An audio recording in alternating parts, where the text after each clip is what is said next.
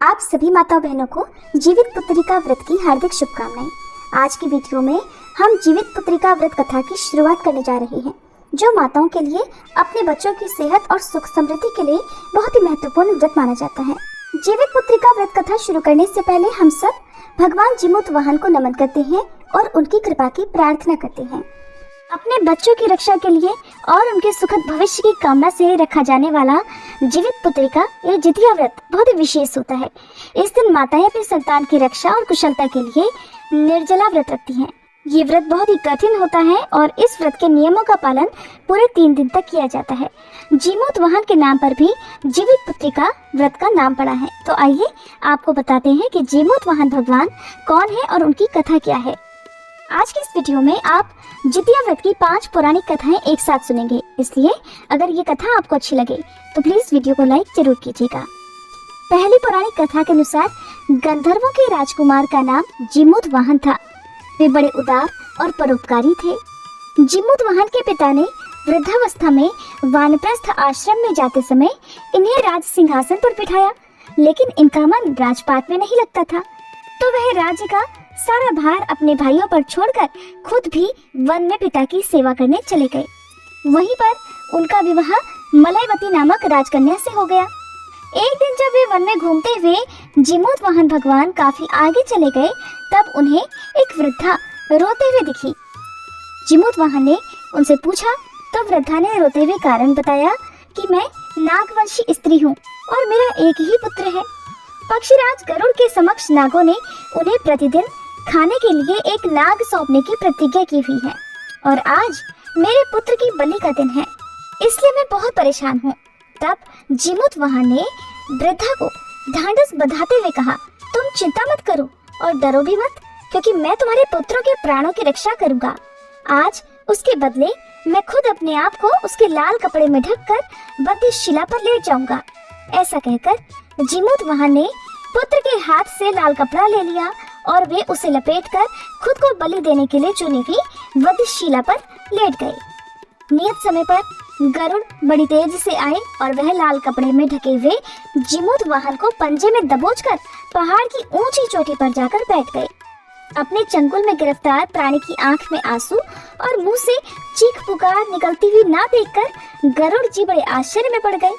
उन्होंने जीमूतवाहन से उनका परिचय पूछा। जीमूतवाहन ने सारा वृतांत सुना दिया। तब गरुड़ जी जीमूतवाहन के बहादुरी और प्राण रक्षा करने में खुद को बलिदान देने की हिम्मत से बहुत प्रभावित हुए। प्रसन्न होकर गरुड़ जी ने उन्हें जीवन दान दे दिया तथा नागों की बलि ना लेने का भी आशीर्वाद दिया। इस प्रकार जीमूतवाहन के अदम्य साहस से नाग जाति की रक्षा हुई और तब से जीमूतवाहन को भगवान के रूप में पूजा जाने लगा और तभी से पुत्र की रक्षा करने के लिए जीमूतवाहन भगवान की पूजा की प्रथा शुरू हो गई।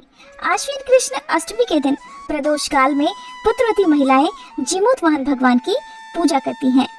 कैलाश पर्वत पर भगवान शंकर माता पार्वती को कथा सुनाते हुए कहते हैं कि आश्विन कृष्ण अष्टमी के दिन उपवास रखकर जो स्त्रियां प्रदोष काल में जीमूतवाहन की पूजा करती है तथा कथा सुनने के बाद दक्षिणा देती हैं, वह पुत्रों का पूर्ण सुख प्राप्त करती हैं। व्रत का पारण दूसरे दिन अष्टमी तिथि की समाप्ति के बाद यानी 9वीं तिथि में किया जाता है। ये व्रत अपने नाम के अनुरूप ही फल देने वाला है। अब सुनिए जितिया व्रत की दूसरी कथा। नर्मदा नदी के पास एक कंचनबटी नाम का नगर था। वहाँ के राजा का नाम मलयकेतु था। उसी नर्मदा नदी के पश्चिम ओर बालूहटा नाम की मरुभूमि थी, जिसमें एक विशाल पेड़ पर एक चील रहती थी और उसी पेड़ के नीचे एक सियारिन भी रहा करती थी। चील और सियारिन दोनों ही बड़ी पक्की सहेलियां थी। कुछ महिलाओं को जितिया व्रत करते देखकर एक दिन चील और सियारिन ने भी ये व्रत करने का संकल्प ले लिया और दोनों ने ही भगवान श्री जीमूतवाहन की पूजा और व्रत करने का प्रण ले लिया। जिस दिन दोनों को व्रत रखना था, ठीक उसी दिन शहर के एक बड़े व्यापारी की मृत्यु हो गई और उनका दाह संस्कार वही मरुस्थल पर हुआ जहाँ पर वो चील और सियारिन रहती थी। मुर्दे को देखकर सियारिन को भूख लगने लगी और वह खुद को रोक नहीं पाई, जिसके कारण उसका जितिया का व्रत टूट गया। लेकिन उधर चील ने खुद पर संयम रखा और पूरी श्रद्धा और नियम से अपना व्रत पूरा किया और अगले दिन व्रत का पारण भी किया। फिर उसके बाद अगले जन्म में दोनों सहेलियों ने पुत्री के रूप में एक ब्राह्मण परिवार में जन्म लिया। उनके पिता का नाम भास्कर था। चील बड़ी बहन और सियारिन छोटी बहन बनी। बड़ी बहन का नाम शीलावती रखा गया और उसका विवाह बुद्धिसेन के साथ हो गया। छोटी बहन का नाम कपूरावती रखा गया और उसका विवाह उसी शहर के राजा मलय केतु से हो गया। और छोटी बहन कपूरावती इस प्रकार कंचनवटी नगर की रानी बन गई। अब भगवान जिमुतवाहन के आशीर्वाद से बड़ी बहन शीलावती को 7 पुत्र हुए, लेकिन इधर कपूरावती के बच्चे जन्म लेते ही मर जाते थे। कुछ सालों के बाद शीलावती के 7 पुत्र बड़े हो गए और राजा के दरबार में कामकाज करने लगे। उन्हें देखकर कपूरावती के मन में ईर्ष्या और जलन की भावना पैदा हो गई। इस ईर्ष्या की भावना में एक बार कपूरावती ने राजा से कहकर शीलावती के 7 बेटों के सिर कटवा दिए। फिर उन 7 सिरों को साथ में बर्तन में डालकर ढक दिया और शीलावती के पास भिजवा दिया। ये सब देखकर जिमुतवाहन भगवान ने मिट्टी की सहायता से 7 भाइयों के सिर बनाए और सभी सिरों को धड़ से जोड़कर उन पर अमृत छिड़क दिया, जिसके कारण वे 7 भाई फिर से जीवित हो गए और खुशी खुशी घर लौट आए। रानी ने जो कटे सर भिजवाए थे वो सब फूल बन गए।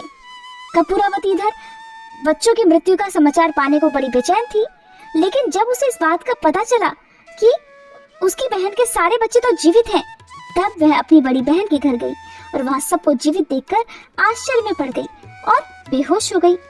जब कपूरावती को होश आया तब उसने अपनी बड़ी बहन से सारी सच्चाई बता दी और अपनी गलती का प्रायश्चित भी किया। भगवान जिमुतवाहन की कृपा से बड़ी बहन को पूर्व जन्म की सारी बातें याद आ गई और वह अपनी छोटी बहन को उसी पेड़ के नीचे लाकर पूर्व जन्म की सारी बातें सुनाने लगी, जिसे सुनकर कपूरावती फिर बेहोश हो गई और मर गई। जब राजा को इस बात की सूचना मिली तो उन्होंने उसी जगह पर उसी पेड़ के नीचे कपूरावती का दाह संस्कार कर दिया। अब सुनिए जितिया व्रत की एक और कथा, जो कि इस दिन जरूर सुननी चाहिए। एक बार 2 बहनें थी जिनका नाम था चूलिया और सियरिया। चूलिया बहुत मेहनती थी और गरीब भी थी और वह मजदूरी करके अपना और अपने बच्चों का पेट पालती थी। लेकिन सियरिया गलत आचरण वाली थी, जो हमेशा मौज और ऐश करती थी और चूलिया से जलती भी थी। हर वक्त सियरिया ये सोचा करती कि चूलिया इतना खुश कैसे रहती है। चूलिया की हंसी खुशी सियरिया से सहन नहीं हो पाती थी, जिसके कारण सियरिया चूलिया के संतानों को सताने का कई बार प्रयास कर चुकी थी और कई बार उसके बच्चों को खत्म करने की कोशिश भी कर चुकी थी। लेकिन चूलिया की तपस्या और व्रत के कारण उसके बच्चे हमेशा सुरक्षित बच जाया करते थे। एक दिन सियरिया चूलिया के सभी बच्चों को लेकर जंगल में लकड़ी चुनने के लिए लेकर गई और वहाँ जंगल में लकड़ियाँ चुनते चुनते जब बच्चे थक गए तो थोड़ी देर के लिए सो गए। बच्चों को सोता देख सियरिया ने सभी बच्चों का सिर काट दिया और टोकरी में रखकर वापस घर आ गई और चूलिया को वह टोकरी भेंट में दे दी और कहने लगी, दीदी मैं जंगल से आपके लिए नारियल लाई हूँ, बच्चों को खिला देना। चूलिया ने उस टोकरी को उठाकर देखा नहीं और किनारे पर रख दिया और अपने बच्चों का इंतजार करने लगी। जब शाम से रात हो गई और उसके बच्चे वापस नहीं आए तब वह बहुत परेशान हुई और बहुत ही करुण स्वर में जोर जोर से रोने लग गई। करुणा भरी पुकार को सुनकर, उसके रोने चिल्लाने को सुनकर देवी पार्वती जी से और भगवान शंकर से रहा नहीं गया। तब देवी पार्वती जी ने महादेव जी से कहा, हे प्रभु, कोई दुखियारी बहुत रो रही है, उसके रोने में बहुत दर्द छुपा हुआ है, ये मुझसे सहन नहीं हो पा रहा। प्रभु, हमें चलकर देखना चाहिए कि कौन रो रहा है और क्यों रो रहा है।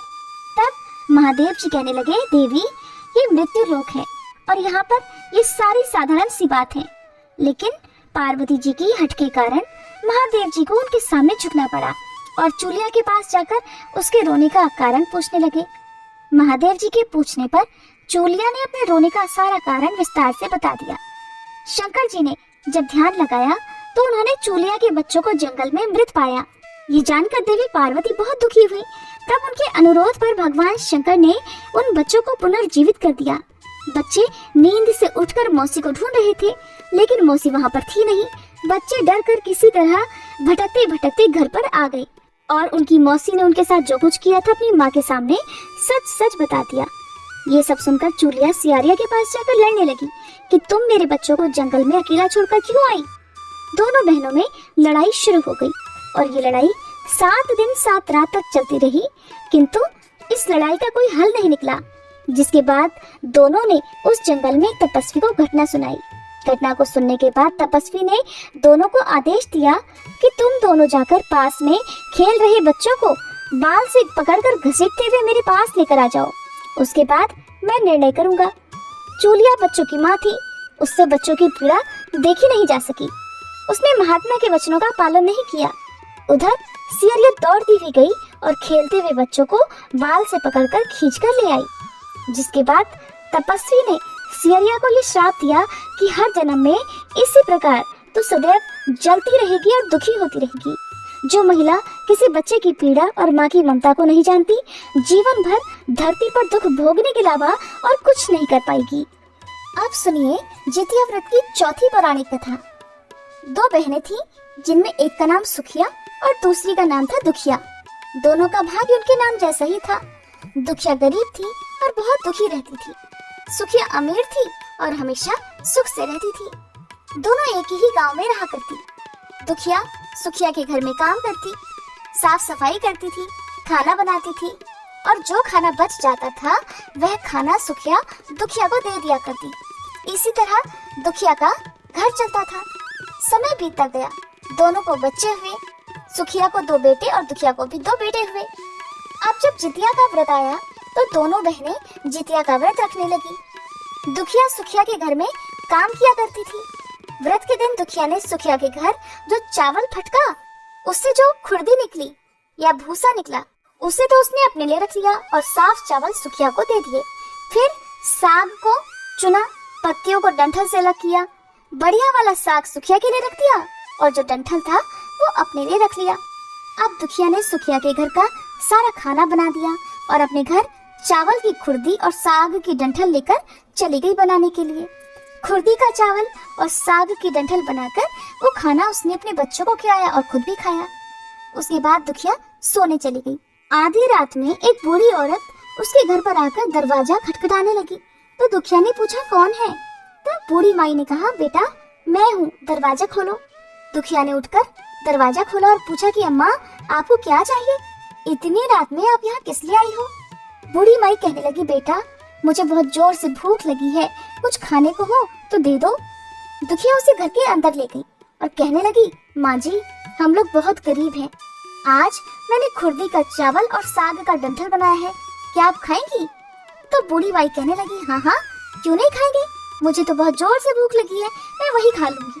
तब दुखिया घर के अंदर गई और खुर्दी का चावल और डंठल का साग लाकर बूढ़ी माई को खाने के लिए दे दिया।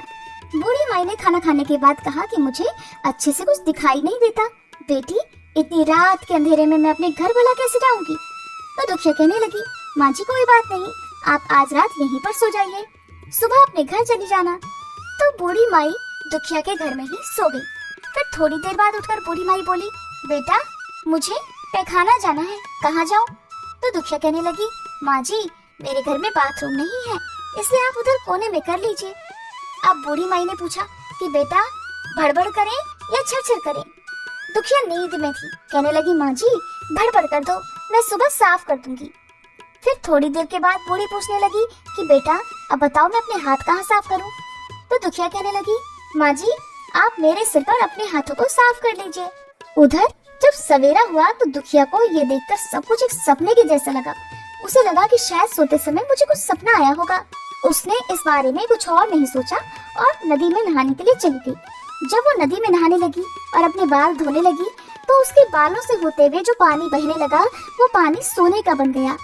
आसपास की सारी महिलाएं ये देखकर हैरान हो गई और कहने लगी अरे तुम्हारे बालों से तो सोने का पानी गिर रहा है, क्या बात है। फिर तो दुखिया को रात की सारी बात याद आ गई। वो दौड़कर अपने घर की ओर भाग कर गई, ये सोचकर कि उसका घर तो बूढ़ी माई के पैखाने से गंदा हुआ होगा, पहले तो उसे साफ करना होगा। जब वो अपने घर में गई तो देखा कि घर के हर कोने में ढेर सारा सोना बिखरा पड़ा हुआ है। ये सब देखकर दुखिया बहुत खुश हो गई और सोचने लगी कि जीतमान बाबा अर्थात जीमूत महान भगवान की ही ये कृपा है, ये सब जो माता का रूप धारण करके मेरे घर आए और मुझे इतना आशीर्वाद देकर गए। इस तरह दुखिया अमीर हो गई और अब उसने सुखिया के घर जाकर काम करना भी बंद कर दिया। इधर दुखिया जब अपना व्रत पूरा करती है तो अपने पुत्र से कहने लगी कि जाओ मौसी के घर से तराजू लेकर आओ, ये नापने के लिए कि सोना कितना है। बच्चा बहुत खुशी से सुखिया मौसी के घर गया और तराजू मांगने लगा। तो सुखिया ने पूछा, तराजू पर तुम्हें क्या तोलना है? बच्चा बोला, मौसी मेरे घर में बहुत ढेर सारा सोना है, उसी को माप तोलेंगी। सुखिया कहने लगी, हाँ खाने के लिए तो तुम्हारे पास कुछ भी नहीं है और सोना नापोगे, झूठ बोलते हो। तो बच्चा कहने लगा, नहीं नहीं मौसी, मैं झूठ नहीं बोल रहा। सुखिया सोचने लगी कि जब तराजू मांगा है तो कुछ ना कुछ तो जरूर तोलना ही होगा, इसलिए वो तराजू के नीचे गोंद लगा देती है कि जो भी तोला जाएगा वो थोड़ा सा इसमें चिपक जाएगा। दुखिया इधर जब तराजू पर सोना तोलने लगी तो कुछ सोने के टुकड़े उस गोंद में चिपक गए। उधर जब वह बच्चा तराजू लौटाने वापस गया तो सुखिया ने तराजू को उलट पुलट कर देखा तो उसे तराजू में सोना लगा हुआ मिला। सुखिया सोचने लगी कि उसके घर में जरूर कहीं से सोना आया होगा, इसीलिए तो वो कितने दिनों से मेरे घर पर काम करने भी नहीं आ रही। सुखिया उसके घर जाकर देखने लगी कि ये सोना कहाँ से आया। जब सुखिया दुखिया के पास जाकर पूछती है कि तुम्हारे पास इतना सोना कहाँ से आया कि तुम्हें सोना तोलने के लिए तराजू की जरूरत पड़ गई, तो दुखिया ने उस रात की सारी कहानी अपनी बहन सुखिया को बता दी। दुखिया का मन एकदम सच्चा था, इसलिए उसने बिना झूठ बोले सारी बात सब कुछ बता दिया। लेकिन इधर सुखिया के मन में लालच आ गया कि दुखिया के पास तो हमसे भी ज्यादा धन आ गया, अब अगले जितिया में मैं भी खुर्दी का चावल और डंठल का साग बनाऊंगी। फिर अगले साल जितिया का व्रत दोनों बहनों ने रखा। सुखिया के पास हर तरह का सुख था, धन भी था, फिर भी वह जितिया के दिन चावल फटक कर साफ चावल फेंक देती है और खुर्दी उसने अपने पास रख ली। साग को तोड़कर पत्तियां फेंक दी और डंठल अपने पास रख लिए और फिर उसने वही बनाया। खा पीकर पूजा पाठ करके सोने चले गई। फिर आधी रात में उसके घर में भी बूढ़ी माई आई, दरवाजा खटखटाने लगी। सुखिया आंखें बंद करके सोने का नाटक करती हुई उसी का इंतजार कर रही थी। तुरंत दरवाजा खोलकर बूढ़ी माई को उसने अपने घर के अंदर बुला लिया। बूढ़ी माई कहने लगी, बेटा मुझे बहुत भूख लगी है, कुछ खाने को दे दो। तो सुखिया कहने लगी, माँ जी मैंने खुर्दी का चावल और डंठल का साग बनाया है। बूढ़ी माई पहले की तरह बोली, कोई बात नहीं, मैं खा लूंगी। तो सुखिया ने खाना परोस दिया। बूढ़ी माई को खाना देने के बाद वो सोने के लिए चली गई। तो बूढ़ी माई कहने लगी कि बेटी रात बहुत है, मुझे दिखाई नहीं देता, मैं अपने घर नहीं जा सकती। सुखिया कहने लगी, कोई बात नहीं माँ जी, आप यहीं सो जाओ। थोड़ी देर के बाद बूढ़ी माई फिर बोली कि बेटी मुझे पैखाना जाना है, कहाँ करूँ? सुखिया कहने लगी, वही कोने में कर लीजिए। थोड़ी देर के बाद बूढ़ी माई ने फिर पूछा कि भड़बड़ करें या छर-छर? इस समय सुखिया को याद नहीं आया कि दुखिया ने क्या बोला था, तो सुखिया बोली, माँ छर-छर कर दीजिए। फिर बूढ़ी माई ने पूछा, बेटा अच्छा मैं अपने हाथ कहाँ साफ करूँ? सुखिया कहने लगी, मेरे सिर पर हाथ साफ कर लीजिए। बूढ़ी माई ने अपना हाथ सुखिया के सिर पर साफ कर लिया। उधर जब सुखिया सुबह उठी तो देखा उसका पूरा घर गंदगी से भरा हुआ है और उसके बालों में भी गंदगी लगी होती है। ये देखकर सुखिया बहुत दुखी हो गई और उसे बहुत गुस्सा भी आया। वो अपनी बहन दुखिया को बुलाती है और उस पर बहुत गुस्सा करने लगी। कहने लगी, तुमने मुझसे झूठ बोला और मेरा पूरा घर गंदा करवा दिया। तो दुखिया पूछने लगी कि बताओ तुमने क्या कहा था, भड़भड़ या छर-छर? तो सुखिया बोली, मैंने तो छर-छर करने के लिए कहा था। तो दुखिया कहने लगी, यहीं पर तो तुमने गलती कर दी, तुम्हारे पास तो सब कुछ था, किसी चीज की कमी नहीं थी, फिर भी तुमने लालच किया। देखो मेरे पास तो उस समय कुछ भी नहीं था, तुम्हारे पास तो सब कुछ था और तुम्हारे घर पर भी जिमूद वाहन भगवान भेष बदल कर आए, लेकिन फिर भी तुमने उन्हें अच्छा खाना नहीं परोसा। मेरे पास तो उस समय कुछ भी नहीं था, इसीलिए मैंने उन्हें खुर्दी का चावल और डंठल का साग परोसा था। तुमने अपने घर आए हुए भगवान का अपमान किया, सब कुछ होते हुए भी तुमने उन्हें साग और भात खिलाया। तुम्हारे पास सब कुछ होते हुए भी तुम्हें लालच नहीं करना चाहिए था, इसलिए तुम्हारे साथ बहुत बुरा हुआ। अब सुनिए जितिया व्रत की 5वीं कथा। महाभारत के युद्ध में जब अश्वत्थामा अपने पिता की मृत्यु से बहुत दुखी था और अपने पिता की मृत्यु का बदला लेना चाहता था, तो जिसके कारण वह पांडवों के शिविर में घुस गया। शिविर में उस समय 5 लोग सो रहे थे, जिसके कारण अश्वत्थामा ने उन्हें पांडव समझकर मार दिया। ये माना गया कि सभी पुत्र द्रौपदी के 5 पुत्र थे, न कि 5 पांडव। जिसके बाद अर्जुन ने अश्वत्थामा को बंदी बना लिया और उनकी दिव्य मणि भी छीन ली, जिसके कारण अश्वत्थामा ने क्रोध में आकर अभिमन्यु की पत्नी के गर्भ में पल रहे शिशु को भी ब्रह्मास्त्र के जरिए मार डाला। तब भगवान श्री कृष्ण ने अपने सभी पुण्यों का फल उत्तरा की अजन्मी संतान को देकर उसके गर्भ में पल रहे बच्चे को पुनर्जीवित कर दिया। भगवान कृष्ण की कृपा से जीवित होने वाले इस बच्चे को जीवित पुत्री का नाम दिया गया। इसके बाद से संतान की लंबी उम्र के लिए हर साल जीवित पुत्री का व्रत रखा जाने लगा। मान्यता है कि जो भी महिला अपनी संतान की लंबी उम्र के लिए इस व्रत को रखती है, उसकी संतान को कभी भी दुख नहीं उठाना पड़ता और उनके घर में सुख समृद्धि भी बनी रहती है। जो भी महिला आज के दिन इस व्रत की कथा को सुनती है, उसे कभी भी अपनी संतान से वियोग का सामना नहीं करना पड़ता। ये थी जीवित पुत्री का व्रत की 5 पौराणिक कथाएं। उम्मीद है ये कथाएं आपको अच्छी लगी होंगी।